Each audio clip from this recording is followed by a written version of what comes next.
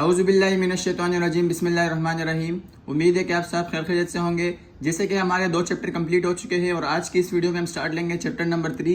लेकिन अगर आपने चैप्टर नंबर 1 और चैप्टर नंबर 2 को नहीं देखा तो आप जाके हमारे चैनल के प्लेलिस्ट में जा सकते हैं। वहाँ पर दोनों चैप्टर के अलग अलग प्लेलिस्ट बनी हुई है, उससे आप वीडियोस देख सकते हैं। जो पहला चैप्टर है और सेकंड चैप्टर है और उसके एमसीक्यूज भी है। अब चलिए शुरू करते हैं चैप्टर नंबर 3 जिसका नाम है एंजाइम्स, जो मैंने पहले भी वीडियोस में आपके सामने जिक्र करता रहता था, लेकिन आज बाकायदा तौर पर इस चैप्टर का आगाज करते हैं। सबसे पहले समझते हैं कि एंजाइम क्या होता है और इसे डिस्कवर किसने किया है।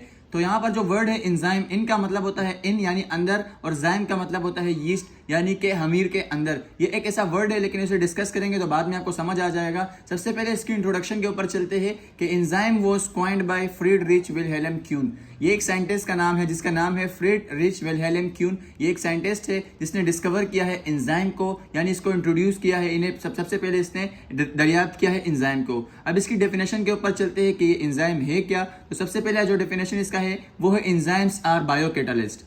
Enzymes are biocatalyst. जो एंजाइम है वो बायोकैटालिस्ट है। बायोकैटालिस्ट से क्या मुराद है? बायो का मतलब लाइफ होता है और कैटालिस्ट का मतलब हर वो चीज जो कि किसी चीज की रफ्तार में कमी करे या फिर उसको इजाफा करे, उसे कहते हैं बायोकैटालिस्ट। लेकिन एंजाइम एक ऐसा चीज है जो तकरीबन जितने भी रिएक्शंस हमारे जिस्म के अंदर चलते हैं उसको जो है स्पीड अप करते हैं। जैसे कि मैं आपको मजीद समझाऊंगा इसके टाइप्स के ऊपर और इसके फंक्शंस के ऊपर, तो आपको समझ आ जाएगा मजीद।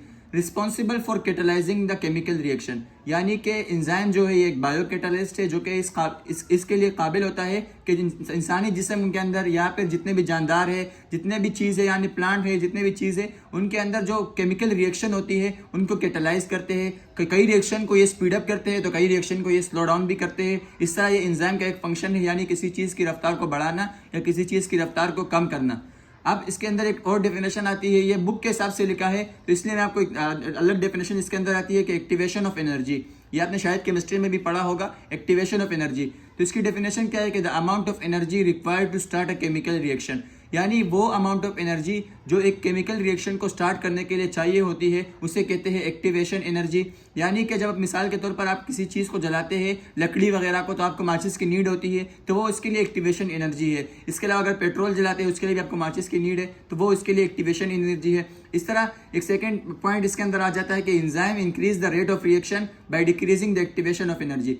एंजाइम क्या करते हैं कि ये रेट ऑफ रिएक्शन यानी रिएक्शन की रफ्तार को बढ़ाते हैं एक्टिवेशन एनर्जी कम करके। मिसाल के तौर पर अगर आप एक लकड़ी जलाते हैं, उसको आप माचिस से जलाते हैं तो आपको काफ़ी टाइम लगता है, लेकिन अगर आप उसके ऊपर पेट्रोल डाल दें उसके बाद आप जलाए तो वो आसानी से जल जाता है। इस तरह जो हमारे जिस्म में अगर हम कोई फूड खाते हैं तो वो जब हजम होता है तो उसमें काफ़ी टाइम लगता है, लेकिन जब उसके ऊपर एंजाइम आ जाते हैं, मिसाल के तौर पर एक पेट्रोल आ जाता है, तो फिर उसे डिस्ट्रॉय करने में बहुत कम टाइम लगता है, यानी जल्दी हल हो जाता है।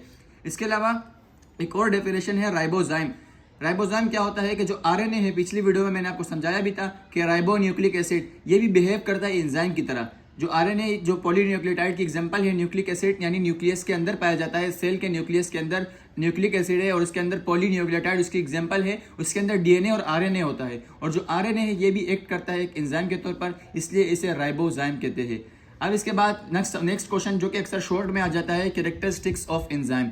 सबसे पहले इसकी स्पेसिफिसिटी, यानी कि एंजाइम की खुसूसियत, एंजाइम किस पर रिएक्ट करता है किस पर नहीं करता। तो एंजाइम की स्पेसिफिसिटी के ऊपर बात करते हैं कि enzymes are specific in their catalysing action, यानी कि एंजाइम जो होते हैं हर एक्शन के अंदर अपने एक खास अहमियत रखते हैं। ऐसे नहीं कि हर एक रिएक्शन में शामिल हो जाते हैं। हर रिएक्शन यानी हर मिसाल के तौर पर अगर फूड कोई किस्म का ऐसा फूड है, जैसे कि अगर वेजिटेबल आपने खा लिया तो उसके अंदर जो एंजाइम है वो डिफरेंट आएंगे। इसके अलावा मजीद अलग अलग किस्म के एंजाइम आएंगे। हर एंजाइम किसी हर चीज़ पर रिएक्ट नहीं करता। तो इस तरह जो एंजाइम है ये अपने जो फंक्शन करते हैं यानी एक्शन करते हैं तो उसमें ये स्पेसिफिक होते हैं। इसके बाद सेकंड कैरेक्टरिस्टिक्स इसका है, दूसरी इसकी कैरेक्टरिस्टिक्स है सेंसिटिविटी।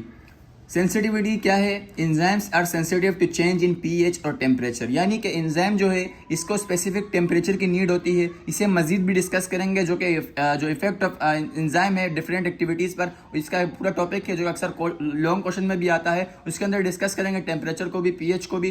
तो इस तरह जो एंजाइम है इसके लिए स्पेसिफिक पीएच रिक्वायर होती है। मिसाल के तौर पर अगर हमारे जो इंसानी जो स्टमक है उसके अंदर जो एंजाइम प्रेजेंट होता है उसका नाम होता है पेप्सिन, और उसके लिए जो पीएच रिक्वायर्ड होती है वो है 1.4।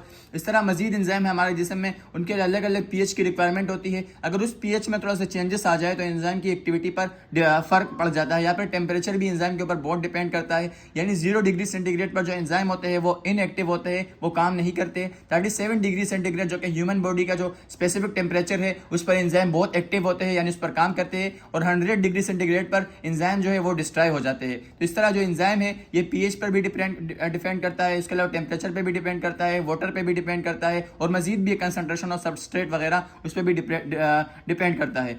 अब इसके बाद थर्ड इसकी कैरेक्टरिस्टिक्स है नेचर, यानी कि एंजाइम किस तरह के बने हुए होते हैं। तो enzymes are made up of protein. जो मोस्टली एंजाइम्स है 100% नहीं बल्कि तकरीबन 99% जो एंजाइम्स है वो बने हुए होते हैं प्रोटीन के, यानी प्रोटीनिशियस इन नेचर होते हैं एंजाइम।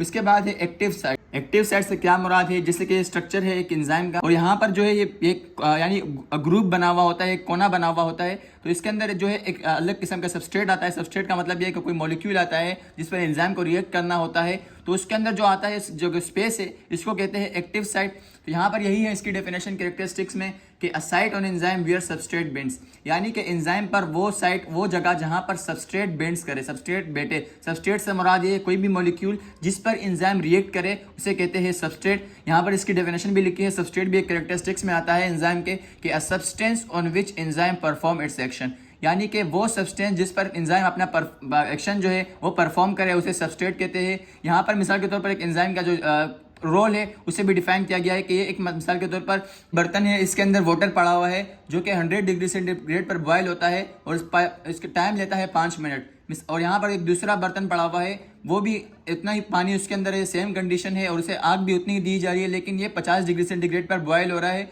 और ये टाइम ले रहा है कितना 2.5 मिनट्स। तो 2.5 मिनट्स ले रहा है क्यों? क्योंकि इसके अंदर है एंजाइम्स। तो एंजाइम्स की वजह से इसका जो रेट ऑफ रिएक्शन है वो बढ़ जाता है, यानी जल्दी बॉयल हो जाता है। तो इसका सिंपल वर्डिंग में हम ये कह सकते हैं कि एंजाइम किसी चीज़ की रफ्तार को बढ़ा देता है। तो यह था topic enzyme, what is enzyme और what is the characteristics of enzyme, जो कि चैप्टर नंबर 3 का पहला टॉपिक था। मजीद जो टॉपिक है इस चैप्टर के उसे हम नेक्स्ट वीडियो में भी डिस्कस करेंगे। आज के लिए बस इतना ही। अल्लाह हाफिज़।